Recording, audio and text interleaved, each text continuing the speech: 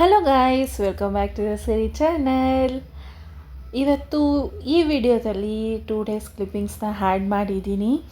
ಯಾಕಂತಂದರೆ 2 ಡೇಸಿಂದ ಹುಷಾರಿರಲಿಲ್ಲ, ಸೊ ಯಾವುದೇ ರೀತಿಯ ವೀಡಿಯೋಸ್ ಮಾಡ್ಕೊಳಕ್ಕಾಗಿಲ್ಲ. ಇವತ್ತು ನಾನು ನಿಮಗೆ ತೋರಿಸ್ತಾ ಇದ್ದೀನಿ ಮನೆಯಲ್ಲೇ ಹೇಗೆ ಕೇಕ್ ಮಾಡ್ಕೊಳ್ಳೋದು ಅಂತ. ಅದು ಮಿಕ್ಸಿಲಿ, ಅದ್ರ ಜೊತೆ ಚಾಕ್ಲೇಟೇ ಇಲ್ಲದೆ ಚಾಕ್ಲೇಟ್ ಕೇಕ್ನ ಮಾಡ್ಕೊಳ್ಳೋದು ಹೇಗೆ ಅಂತ ಕೆಲವೊಂದು ಸೀಕ್ರೆಟ್ಸ್ ಇದೆ.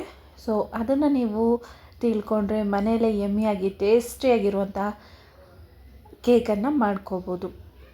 ಫಸ್ಟಿಗೆ ನೋಡಿ, ನಾನು 1:2 ಅಲ್ಲಿ ನಾನು ಸಕ್ಕರೆನ ತಗೊಂಡಿದ್ದೀನಿ. ನಿಮಗೆ ಎಷ್ಟು ಮೈದಾನ ತಗೋತೀರಾ, ನೀವು ಮೈದಾನಾದರೂ ಬಳಸ್ಬೋದು, ಇಲ್ಲ ಗೋಧಿ ಹಿಟ್ಟಾದರೂ ಬಳಸ್ಬೋದು. ಎರಡೂ ಕೂಡ ತುಂಬ ಚೆನ್ನಾಗಿ ಬರುತ್ತೆ. ಮುಂದಿನ ವೀಡಿಯೋದಲ್ಲಿ ಗೋಧಿ ಬೆಳೆಸಿ, ಗೋಧಿ ಜೊತೆ ಬೆಲ್ಲನ ಬಳಸಿ ಆರೋಗ್ಯಕರವಾದಂತಹ ಆ ಕೇಕ್ ಹೇಗೆ ಮಾಡುತ್ತೆ ಅಂತ ತಿಳಿಸ್ಕೊಡ್ತೀನಿ.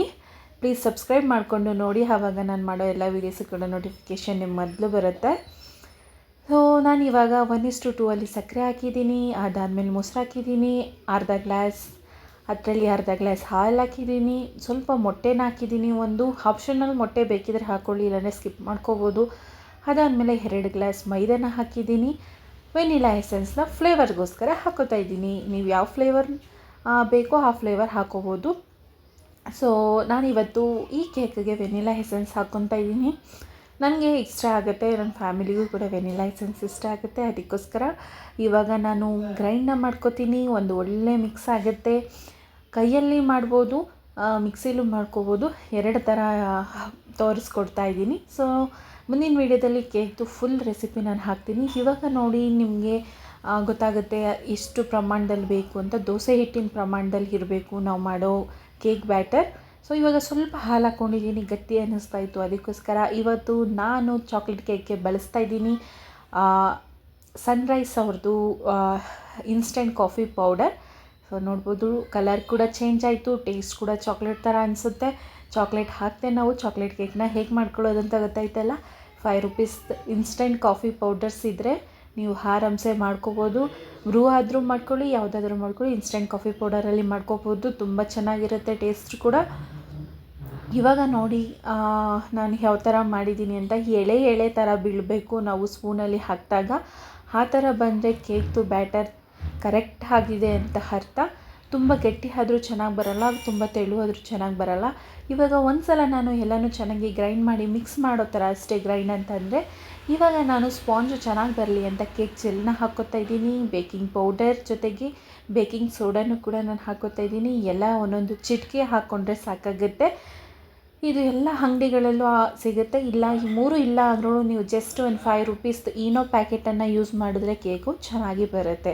ಮುಂದಿನ ವೀಡಿಯೋದಲ್ಲಿ ಬಿಸ್ಕೆಟಿಂದ ಈನೋಯಿಂದ ಹೇಗೆ ನಾವು ಮನೆಯಲ್ಲೇ ಹೇಗೆ ಕೇಕ್ ಮಾಡ್ಕೋಬೋದು ಅಂತ ತಿಳಿಸ್ಕೊಡ್ತೀನಿ. ನೆಕ್ಸ್ಟು ನೋಡ್ಬೋದು, ನಾನಿಲ್ಲಿ 1/2 kg ಮಾಡ್ತಾ ಇರೋದ್ರಿಂದ ಮನೆಯಲ್ಲೇ ಇರುವಂಥ ಒಂದು ಟಿಫನ್ ಬಾಕ್ಸ್ಗೆ ನಾನು ಸ್ವಲ್ಪ ಎಣ್ಣೆ ಹಾಕಿ ಬಟರ್ ಪೇಪರ್ನ ಹಾಕಿ ರೆಡಿ ಮಾಡಿ ಇಟ್ಕೊಂಡಿದ್ದೀನಿ. ಈ ಕಡೆ ಸೈಡು ಒಂದು ದೊಡ್ಡ ಪಾತ್ರೆನ ಇಟ್ಟು ಅದನ್ನು ಸ್ವಲ್ಪ ಕಾಯೋಕ್ಕೆ ಇಟ್ಕೊಂಡಿದ್ದೀನಿ. ಇವಾಗ ನಾನೇನು ಬ್ಯಾಟರ್ ಮಾಡ್ಕೊಂಡಿದ್ದೆ ಅದನ್ನು ಇವಾಗ ನಾನು ನನ್ನ ಟಿಫನ್ ಬಾಕ್ಸ್ಗೆ ಹಾಕ್ಕೋತಾ ಇದ್ದೀನಿ. ಸಾಕಾಗುತ್ತೆ ಇದು 1/2 kgಗೆ ಅಂತ. ಮೇಲೆ ಸ್ವಲ್ಪ ಚಾಕ್ಲೇಟ್ ಸಿರಪ್ನ ಹಾಕಿದ್ದೀನಿ. ಆಪ್ಷನಲ್ ಬೇಕಿದ್ದರೆ ಹಾಕ್ಕೋಬೋದು, ಇಲ್ಲ ಇಲ್ಲ.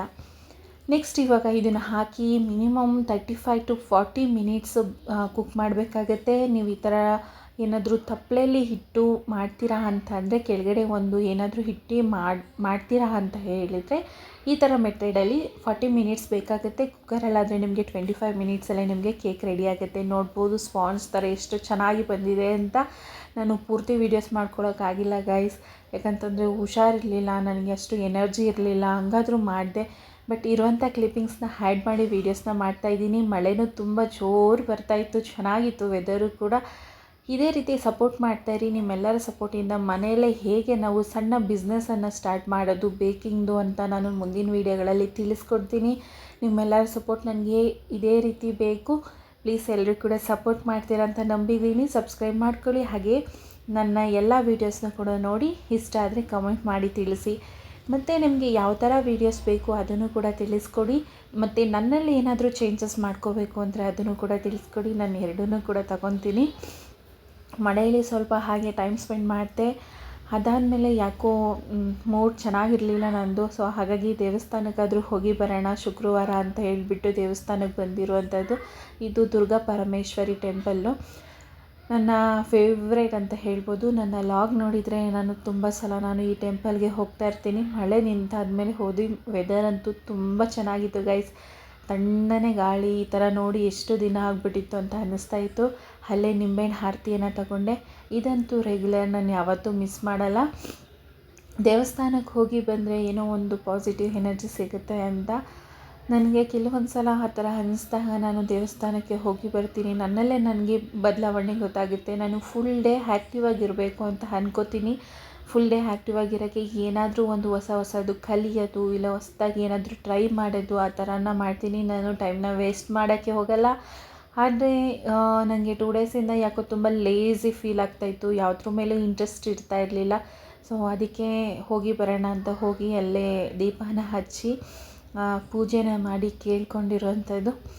ಎಲ್ಲರ ನಂಬಿಕೆ. ನನ್ನ ಪ್ರಕಾರ ದೇವರು ಅಂತ ಅನ್ನೋದು ಎಲ್ಲರಿಗೂ ಇದೆ. ಇವಾಗ ಮುಸ್ಲಿಮ್ಸ್ ಆದರೂ ಅಷ್ಟೇ, ಕ್ರಿಶ್ಚಿಯನ್ಸ್ ಆದರೂ ಅಷ್ಟೇ, ನಾವಾದರೂ ಅಷ್ಟೇ, ಎಲ್ಲರಿಗೂ ಅವರವರ ನಂಬಿಕೆ. ನನ್ನ ಪ್ರಕಾರ ನಂಬಿಕೆನೇ ದೇವರು ಅಂತ ಹೇಳ್ಬೋದು.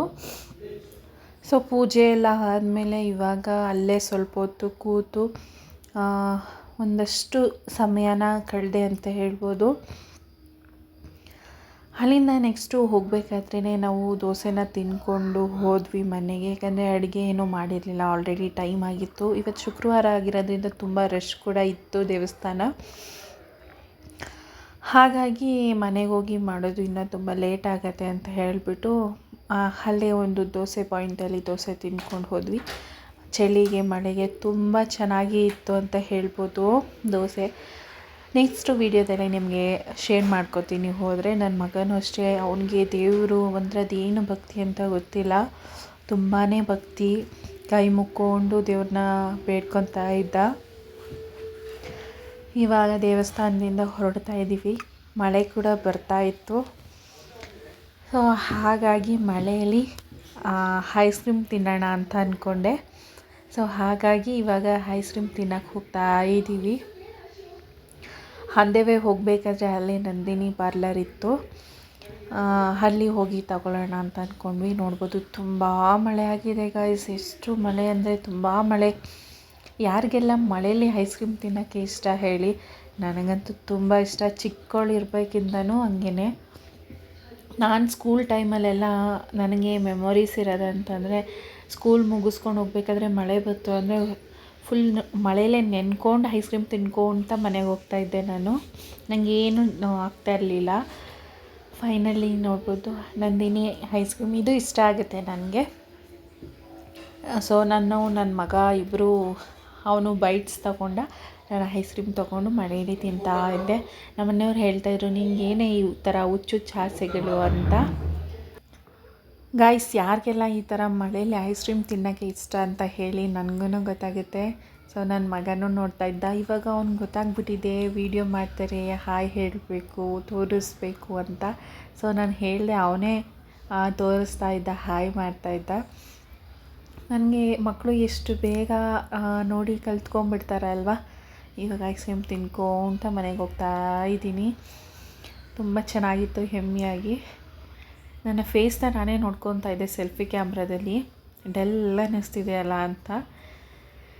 ಫೈನಲಿ ಇವತ್ತಿನ ಡೇ ನಂದು ಈ ಥರ ಇತ್ತು ಗಾಯ್ಸ್. ನಿಮಗೆ ಇಷ್ಟ ಆಗಿದೆ ಅಂತ ತಿಳ್ಕೊತೀನಿ. ನನ್ನ ಮಗ ಹಾಯ್ ಮಾಡ್ತಿದ್ದಾನೆ ನೋಡಿ, ಅವನೇ ಮಾಡ್ತಾಯಿದ್ದ ಹಾಯ್ ಫ್ರೆಂಡ್ಸ್ ಅಂತಾನೆ. ವೀಡಿಯೋಸ್ ನೋಡಿ ಇವಾಗಿನ ಮಕ್ಳಿಗೆ ನಾವು ಏನು ಹೇಳ್ಕೊಡೋದೇ ಬೇಡ.